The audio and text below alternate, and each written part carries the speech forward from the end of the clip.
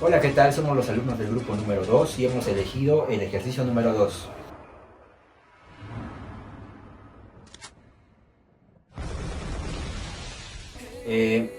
Tenemos un generador cuyos datos son 24 megavoltampere y una tensión de 17,32 kilovoltios y está trabajando a 60 Hz. La reactancia síncrona es de 5 ohmios por fase y nos dice que despreciemos la resistencia del inducido.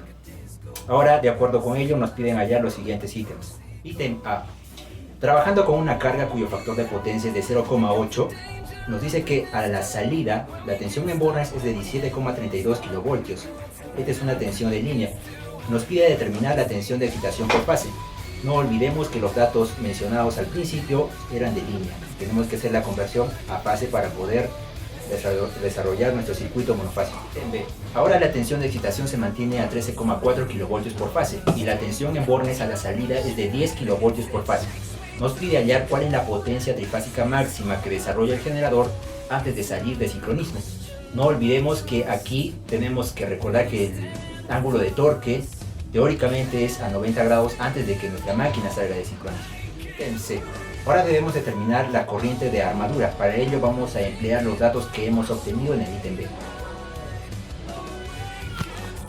Bueno, la parte A nos pide hallar la tensión de excitación.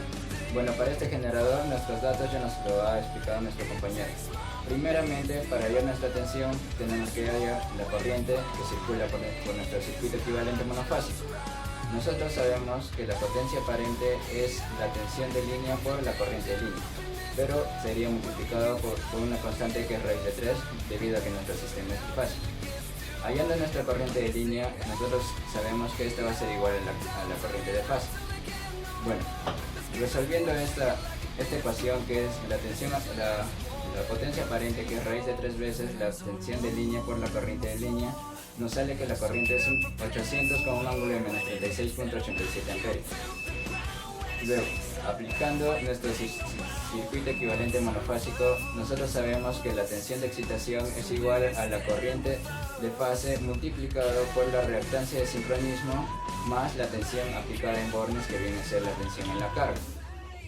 Aplicando esta malla, nosotros hallamos que la tensión de excitación es 22,18 con un ángulo de 14,47 kilovoltios. Para hallar la potencia máxima que va a producir nuestro generador a los parámetros dados, tenemos que aplicar la fórmula. Y la fórmula que es igual a potencia máxima es igual a la tensión de excitación por la tensión en bornes por el seno del ángulo de torque, todo dividido entre el módulo de la reactancia síncrona. Bueno, sabemos que la tensión de excitación es, como se llama, de 13,4 kV por fase y la tensión en bornes es de 10 kV por fase y la reactancia síncrona sigue siendo la misma que en la parte A, que es de 5 ohms. Bueno, para nosotros obtener la potencia máxima, nuestro ángulo de torque debe ser 90 grados. Sabemos que ese ángulo de torque va a ser el ángulo entre la tensión de excitación con la tensión en bornes. Entonces lo único que tenemos que hacer es reemplazar datos en la fórmula. Reemplazamos la tensión de excitación, la tensión en bornes y el ángulo. Seno de 90 va a ser 1, entonces sería una multiplicación y una división simple.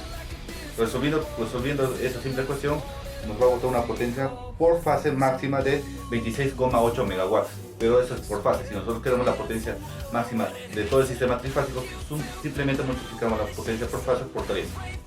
Y esa multiplicación nos tiene que salir un valor de 80,4 megawatts.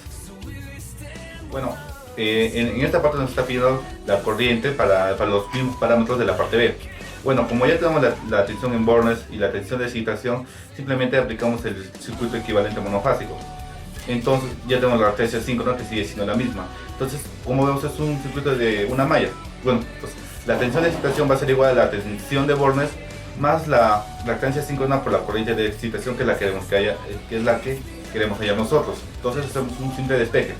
La tensión de excitación menos la tensión en bornes, todo dividido entre la reactancia síncrona, y nos va a salir la corriente. Y la corriente nos aplica, resolviendo esa simple ecuación, la corriente nos debe salir un valor de 3,34 con un ángulo de 36,73 kiloamperes. Y bueno, y esa es la corriente de fase, que también sería la misma para la corriente de línea.